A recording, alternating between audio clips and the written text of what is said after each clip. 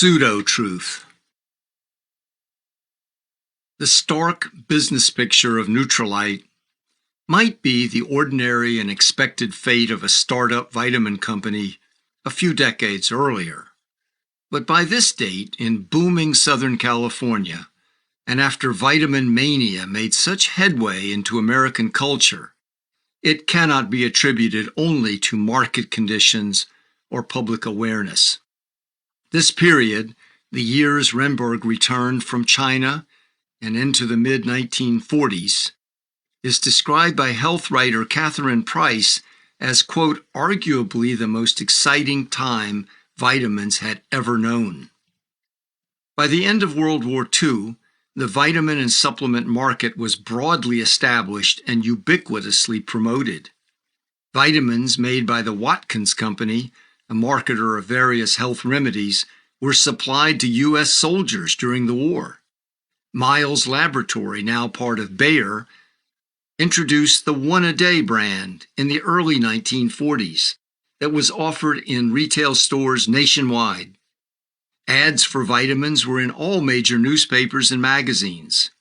Vitamins were even sold door-to-door, as Forrest C. Shackley, later founder of the Shackley Corporation, had done decades before. As Catherine Price's history and analysis argues, the mania for vitamins in Renberg's time and today is largely a result of advertising, public relations, marketing, and salesmanship. What scientists had discovered, advertisers and marketers remade into their own image, creating a mythic commodity that barely resembled the nutritional component of the laboratory.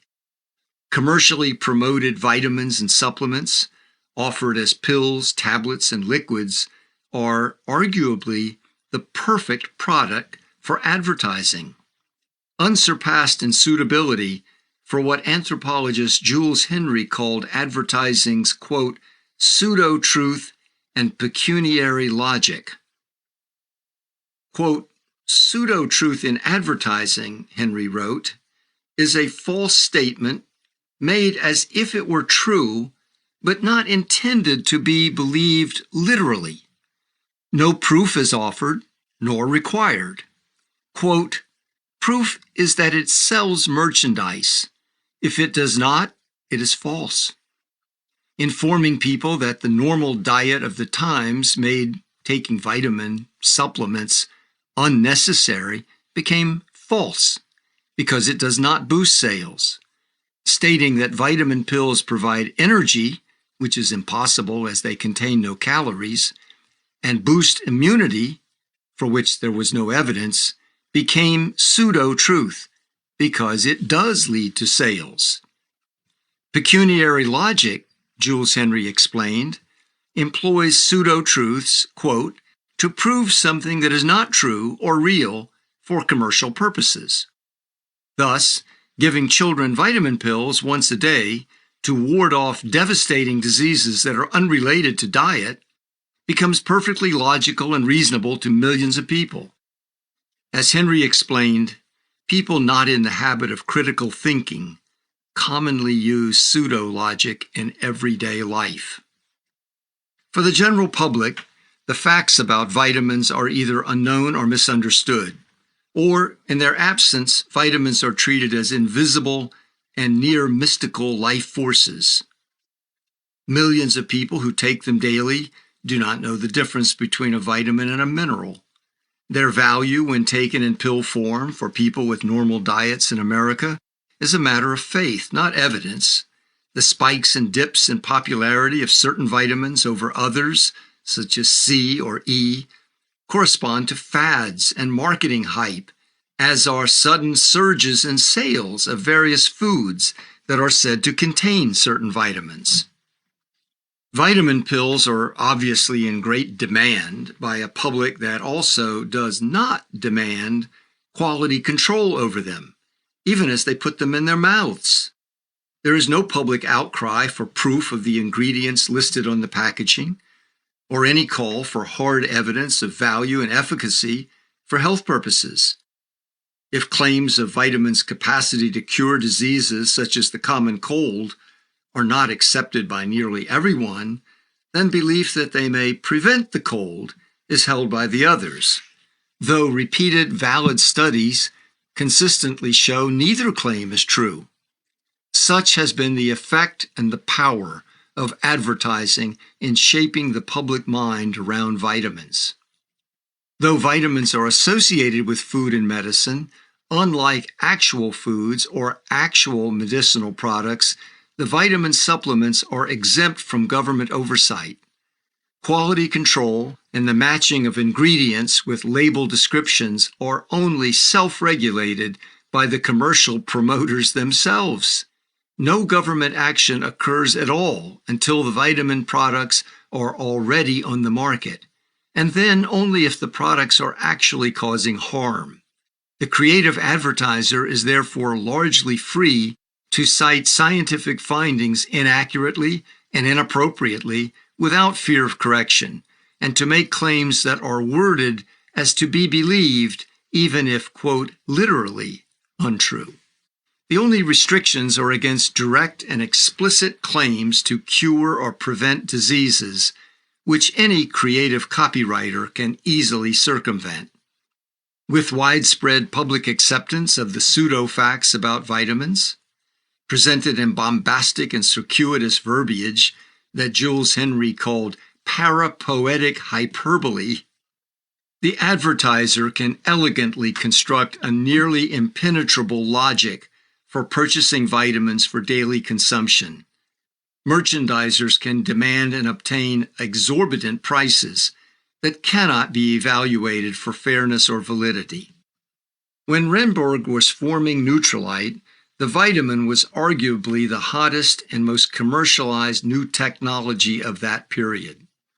Vitamin advertising and promotions not only led millions of people to believe they needed to buy and ingest them, but also to change what foods they ate on a daily basis.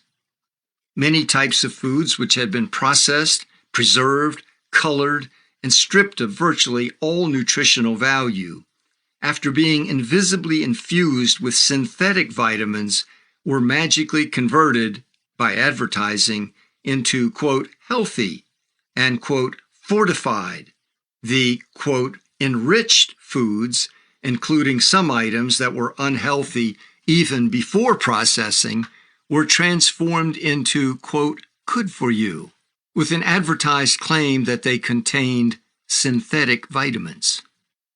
Renberg kept up with the movement, selling vitamin-laced candy and even dispensing a vitamin product called Old Settler in bars to be ingested with alcoholic drinks. The Schlitz Brewing Company in Milwaukee, for example, the nation's largest of that era, launched Schlitz Sunshine Vitamin D Beer in 1936, informing the reader, beer is good for you, but Schlitz with Sunshine Vitamin D is extra good for you. The American Medical Association ruefully characterized this period as a gold rush.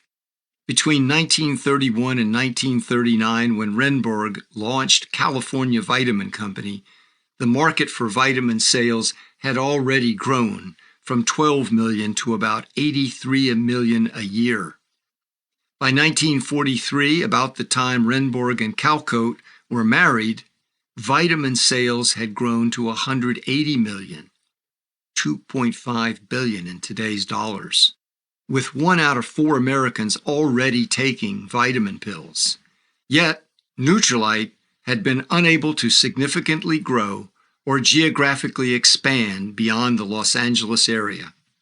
In Renberg's latest pursuit of wealth and fame in the California vitamin venture, the market conditions were nearly perfect, as was his timing. Situated in the epicenter of the market, he personally devoted himself to his work to such an extreme that 3 wives left him. Yet as of August 1945, the company's total gross revenue was, quote, just a few $1,000s per month, which had to cover his facilities, all manufacturing costs, supplies and raw materials, salaries, and sales commissions.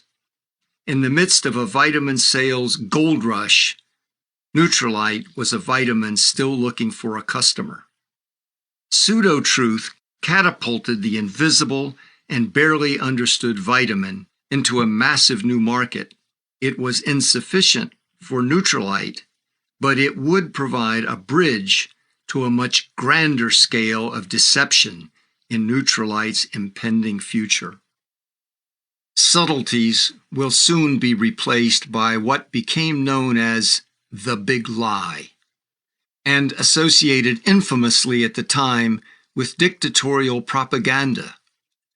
As Neutralite morphs into multi-level marketing, it will pioneer a distinctly American version of the big lie. Not a government order, but a business opportunity, delivered not sternly, but with a beaming smile. It will promise, quote, wealth beyond imagination.